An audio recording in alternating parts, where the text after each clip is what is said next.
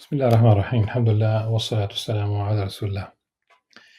We continue reading from Imam Al-Ghazali's Jawahir al-Quran wa the jewels of the Quran and spears. We are still reading from Surah An'am, the chapter on cattle, and we're going to start with verse 82.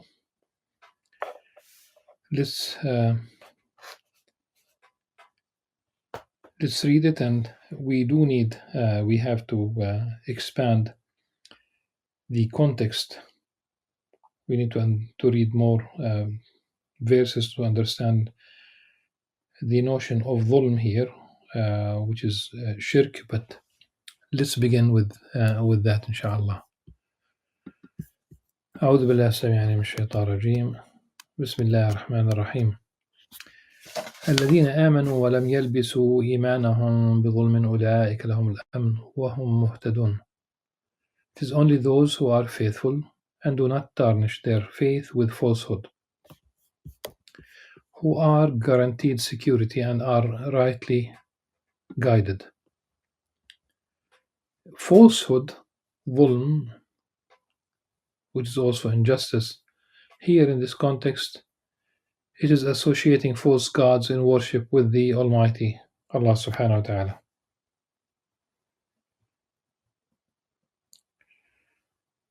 إن الشرك لظلم عظيم. إن الشرك لظلم عظيم. Because the Prophet ﷺ in Sahih al-Bukhari,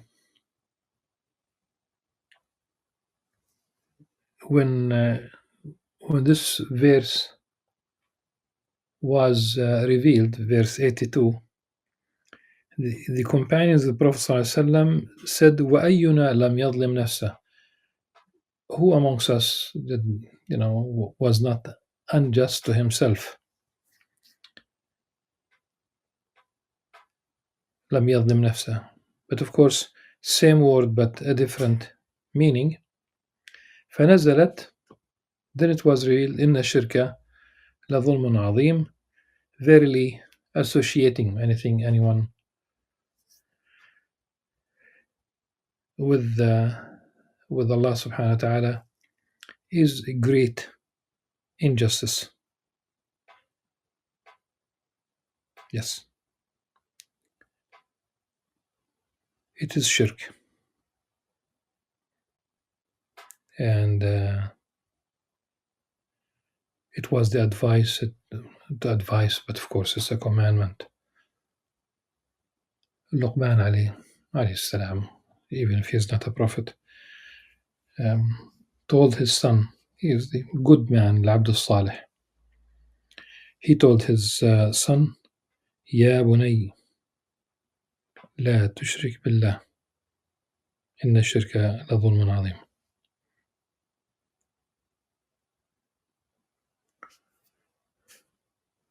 Yes.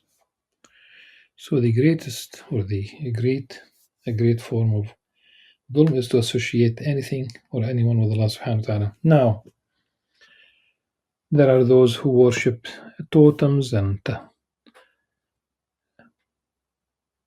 animals, those who worship the sun, maybe other stars as well. There are those who worship nature.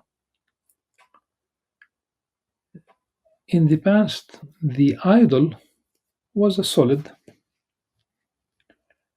3-dimensional, 4-dimensional, if you include time, of course, and it's a very important aspect when you talk about time.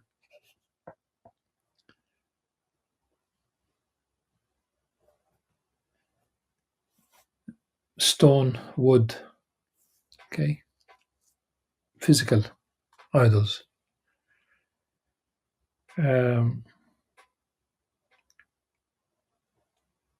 Ibrahim alayhi salam, who shows up in the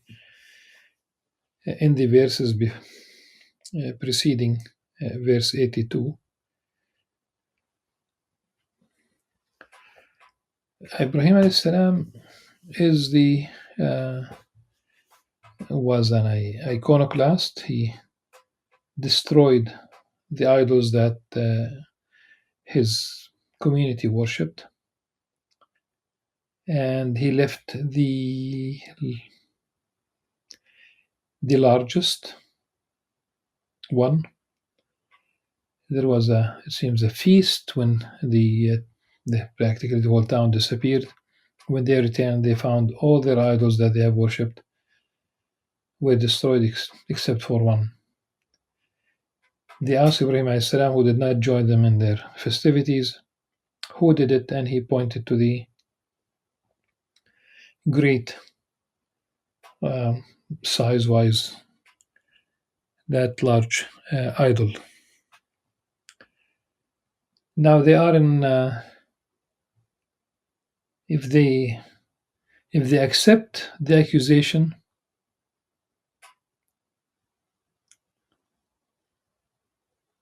knowing that he cannot do it,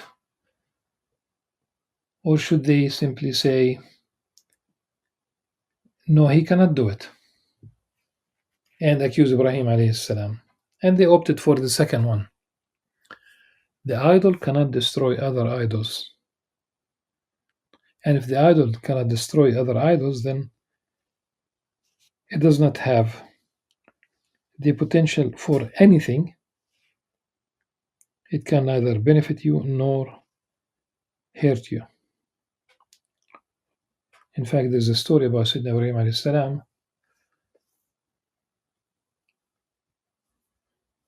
It's not a hadith, it's a story that someone came to buy an idol. Of course, they are man-made. All idols on earth are man-made. So someone came to buy an idol. If you are going to have an idol in your home, you have to get it somewhere.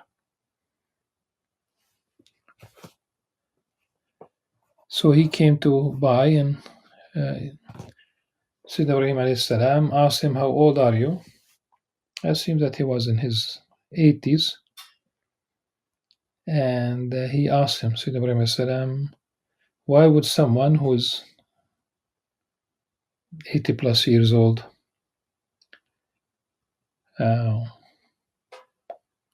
worship something that is 1 day old? It has just been made. Why would someone who's 80 years old plus probably worship an idol that is 1 day old? If you travel around the world, you'll find different sizes of these idols, very large, as big as the mountains sometimes, very large idols. There are also, let's remember that Sayyidina Umar al-Khattab, of course, he deep in his heart, he knew that he could eat his own God, if you will. Literally, he made his own idol from dates, which sticks together easily. Like, think about dates, the fruit.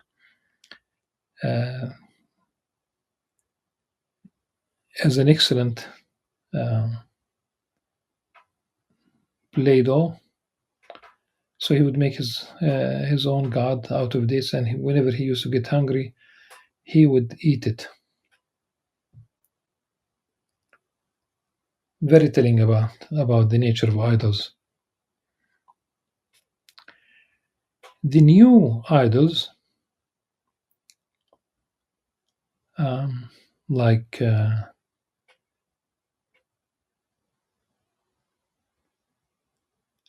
American idols, Arab idols, these are competitions.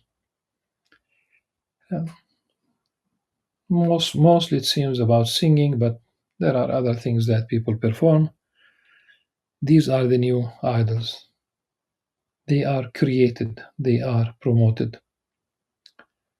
There's an industry behind it. There's money behind it. So the new idols, do they worship them? What is worship in this case? Well, they follow them. They follow them. And they take their words to heart. Even when they call for sacrilegious behavior.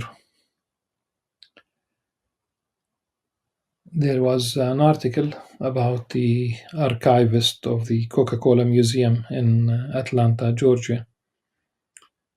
In the article, his picture was he was standing before a very large bottle of Coca Cola, larger than him, taller than him. So if he's around, let's say, 6 feet, it is much taller. So you talk about at least another foot or two. And he said in that interview that Coca Cola succeeded in creating an idol out of the Coca Cola bottle.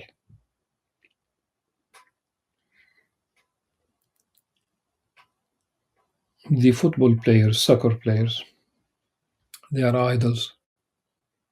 Singers, actors, actresses, they're idols. And they use the word goddess when they refer to those artists and what have you. Definitely, this is very problematic. Before verse 82, 81, and 80, speaking about Ibrahim alayhi salam, simply mentioning the verses that mention the word shirk one way or the other. مما تشركون وما أنا من المشركين ولا أخاف ما تشركون به وكيف أخاف ما أشركتم ولا تخافون أنكم أشركتم بالله ما لم ينزل به عليكم سلطانا. So 4 verses that mention shirk immediately before verse 82. The argument of Sayyidina Ibrahim alayhi salam was going from one planet to the other, from one star to the other, to the sun, to the moon, to the one after the other,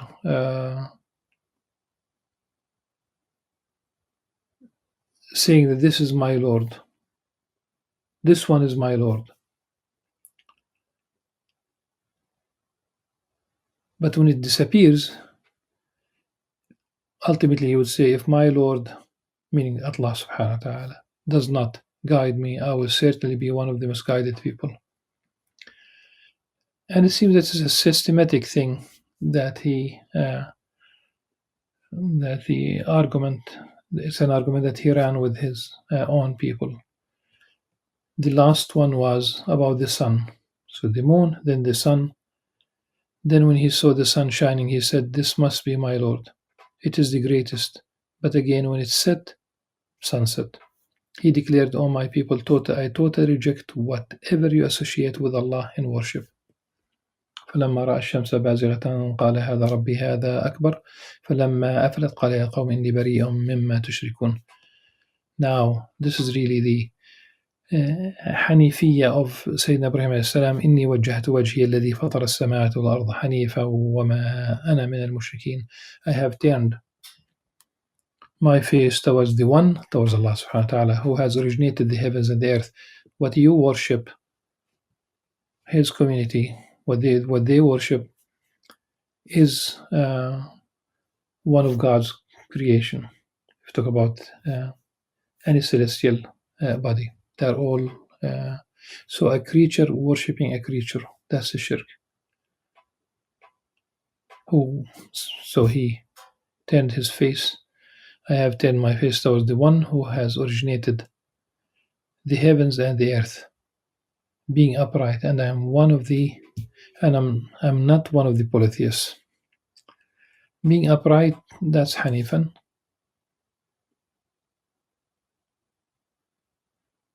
And his people argued with him.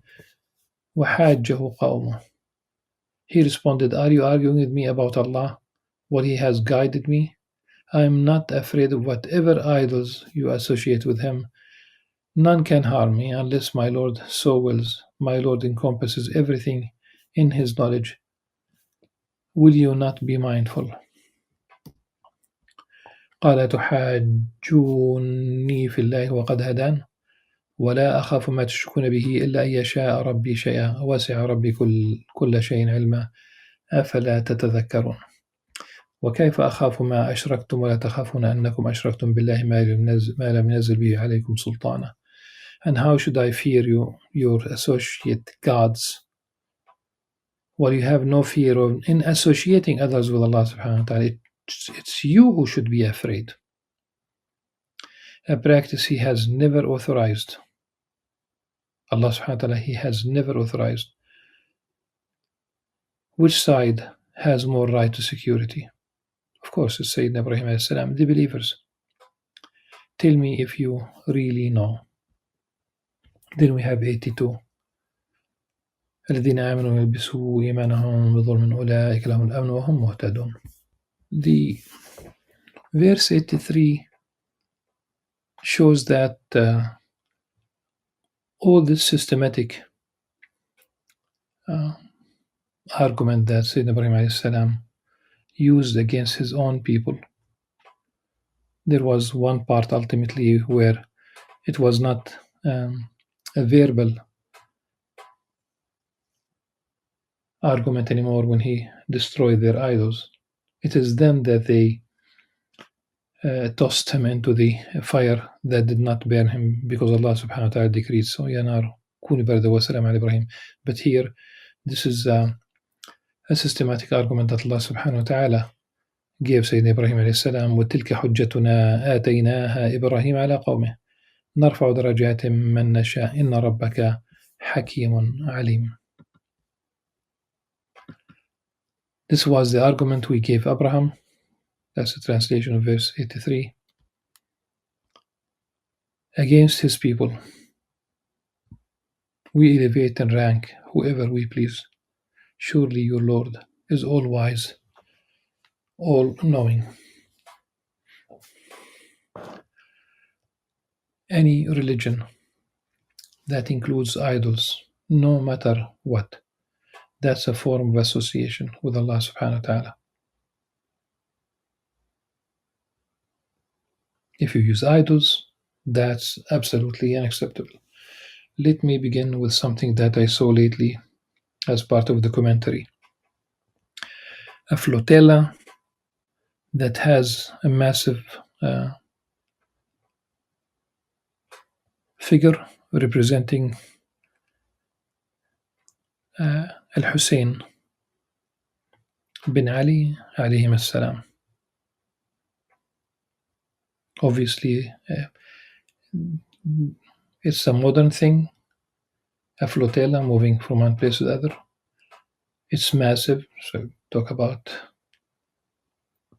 a few meters high. They have a container of water right in front of him, and people, mostly women and children, they get some of that water for the blessing because but obviously it's an idol. Some people might think we are only commemorating Ashura, for example. We are commemorating the death of Al-Hussein, the fact that he was thirsty, etc. But it's an idol, and people getting a blessing from that idol is shirk. The same applies to